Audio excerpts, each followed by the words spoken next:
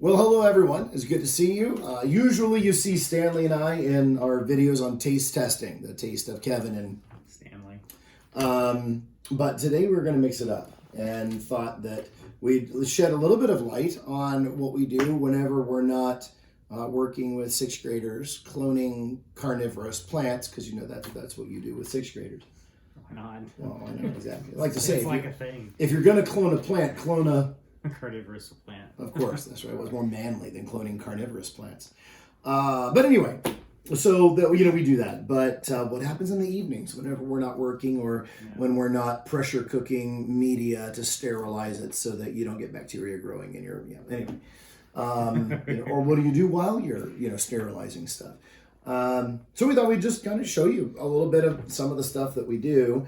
So tell them about the Warhammer thing, like what it is, because some people are not going to know. Sure. I know my friends aren't necessarily.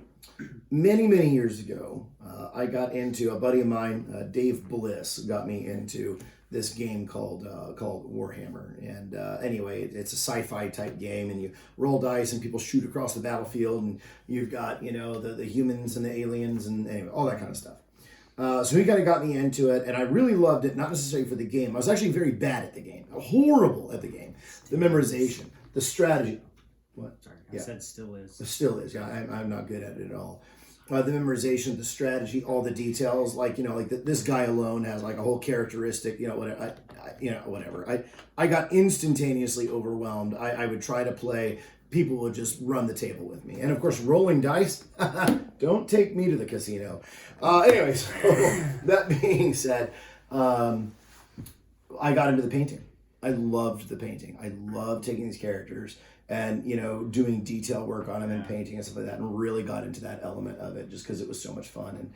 And anyway, so that was that element. Well, so that was my thing, right? So Stanley and I would get together Tuesday nights with Stanley. He'd come over to my house when we lived in Houston, and we would do geocaching and bagpiping and all these other things.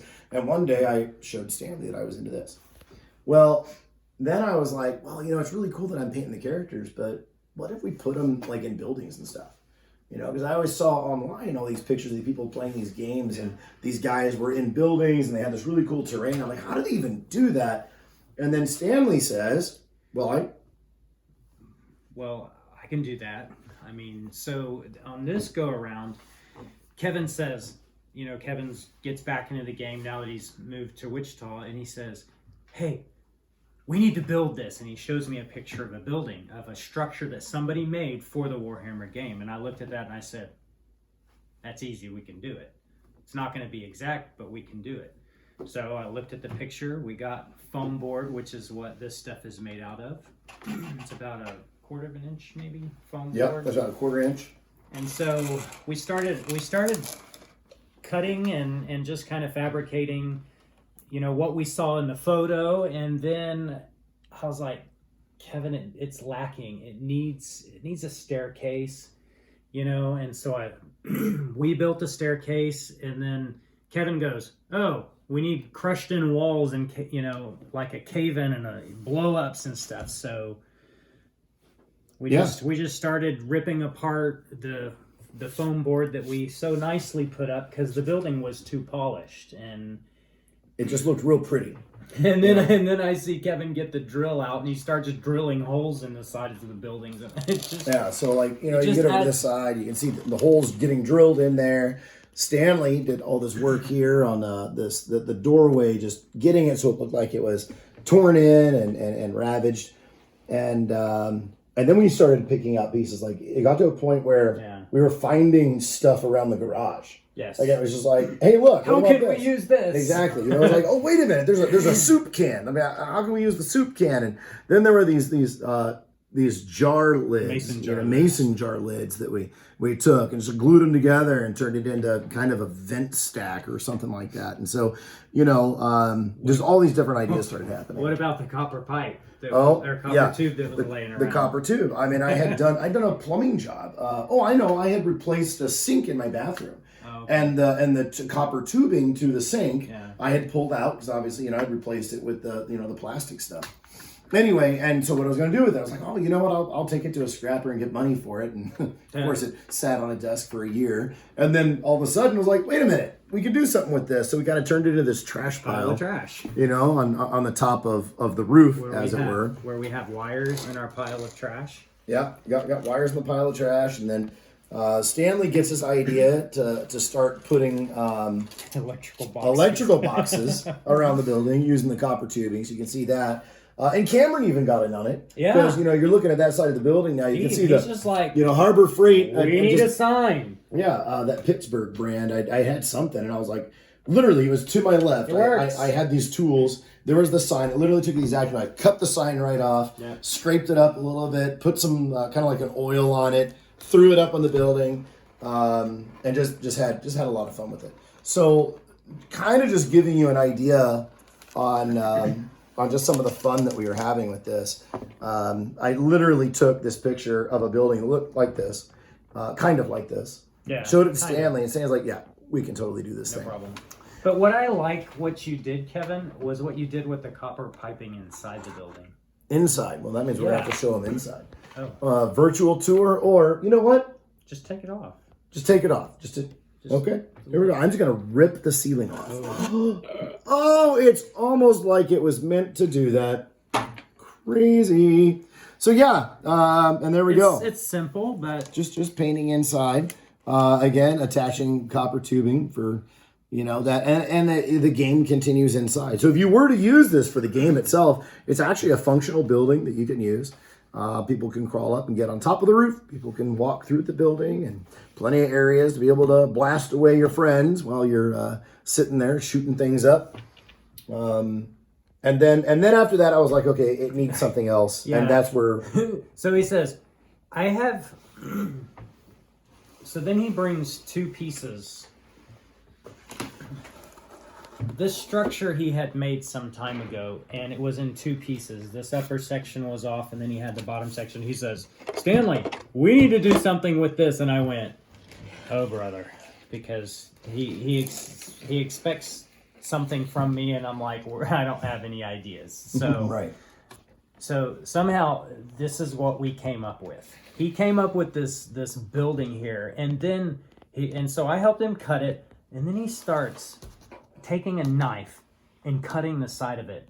Kevin, what went through your mind when you started doing this? Oh, I mean, really, do you have some little storyline going in your head? Oh yeah, totally. What is it? Well, in my brain, I thought, okay, you know what? This is this is a different feel than the other platform building we did. Yeah. The other platform buildings seem a little more industrial, oil canisters like this. This is more like a cathedral-ish with just some building off to the side. And so I thought, you know what?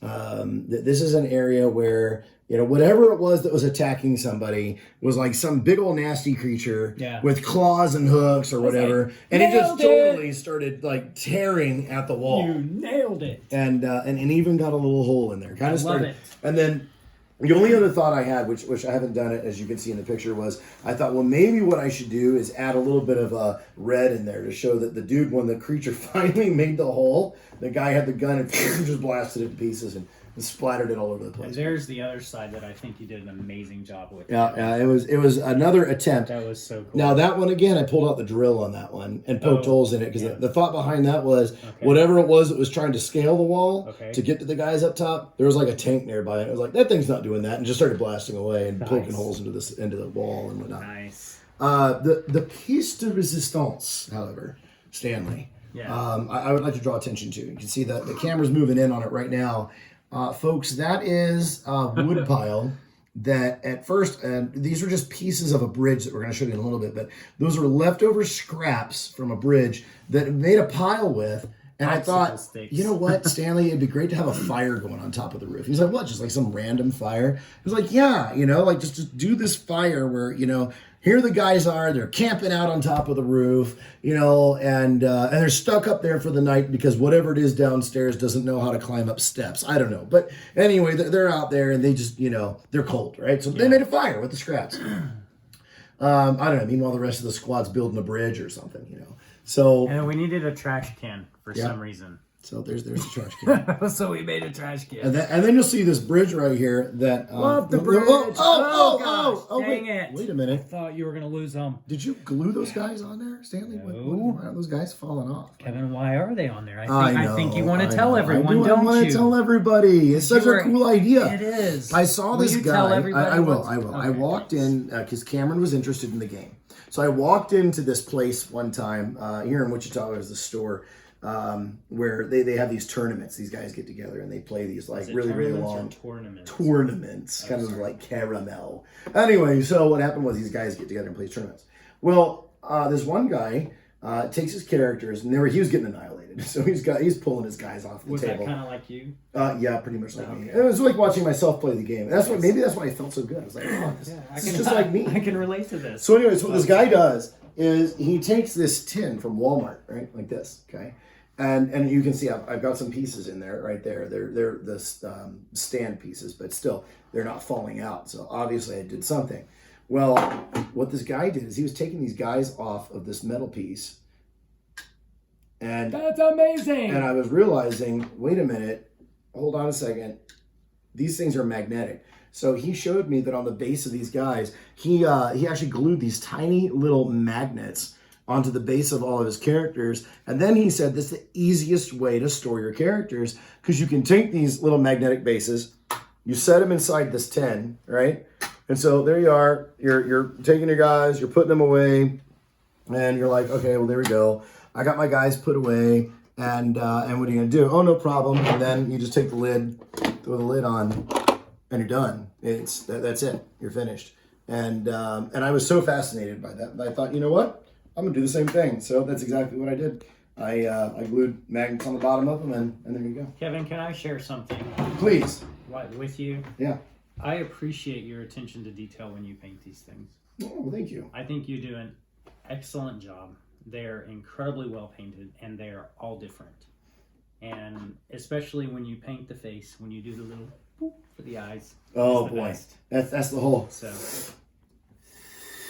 yeah, because I mean, I don't know. Your craftsmanship is amazing on these. Well, thank you. I appreciate that. Yeah, it's a lot of fun. I mean, as I said, a lot of the joy for me is that attention to detail. This is one of my latest pieces. I'll put them up here for camera's sake. It's one of my latest pieces. It's a character that actually is in novels there's novels about lore. You can imagine there's a lot of lore about this game. There's a whole novel series written on this particular character. And so I went ahead and got him. So I'm holding this bridge because I really want to pilot this bridge. So please. So after the camera shots on Uriel Ventris over there, we'll make our way over to this bridge because I want you to tell them about this bridge that brings me so much joy. I don't know why it brings you such great joy. It's made out of popsicle sticks covered with some kind of metal. Come on now. Popsicle sticks. This dude constructed this. I told him, listen, I want to be able to get from the top of this building here to there. I need a bridge. And so I said, I can build the house. I mean, I can build the structure. We can make it so it's the same, but I need to get from this part to that part. And he's like, well, what do you want me to use? And I said, man, use whatever you want. I pointed to the table, right? And of course, there's all sorts of stuff all over the table. Off to the side were popsicle sticks. Popsicle sticks. So he takes popsicle sticks and starts sticking them together. We don't look at the bottom because... Well, we can look at the bottom if you want. That's cool that way too. But that's glue that the stain did not adhere to. But then he takes popsicle sticks, glues them together, puts them in the chop saw, chop, and then wraps this metal mesh stuff around it. And I remember they're popsicle sticks, so they're this lighter popsicle stick color. And then I'm like, well, we should do something to make it a little darker. So I happen to have this extra polyurethane staining stuff. And I grabbed it, mahogany, and I just started just dabbing it all over that thing. Yeah. And wiped it off, and that was that. And so now we have a bridge that goes from there to there, and that's really cool, and people can walk across it. And again, if somebody comes along and actually taps it, your models don't fall off because they have magnets on the bottom.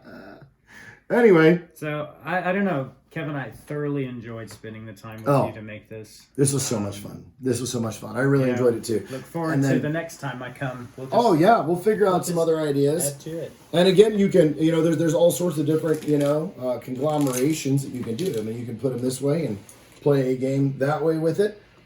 You know, putting them all together, and then it's one end. You can turn them around. You can put them in any different shape you want to put them in, and you can put them on opposite ends of the table and play the game. But either way, it just seemed like it was a lot of fun. But there you go, folks. Just wanted to kind of share that with you, give you another little insight into the Kevin and Stanley What we do. hanging time. So You know, Kevin, I have no desire to play the game, but anytime it comes to basing or building, I'm in. oh yeah, Just so you know. again, basing, building, painting. It's I your love job. that part It's of your it. job. I'm very low on the desire to play the Yeah. game myself too. Except that every single time that we do, He loves that it. Cameron Oh, plays, he loves it because he always walks away. He feels like $1 million because he just wipes the table with me. Yeah. He rolls way better than I do too. I mean, he can roll the die, and I'm just like, how do you do this? Anyway, he's So got it. that was awesome. All right, well, thank you, folks. Thank you for your time, and I hope you enjoyed it. But who knows? Next video, never know what we'll have for you. Yep. So, till next time on the maybe not taste of Kevin and Stanley, but the something else. Yeah. Catch you later.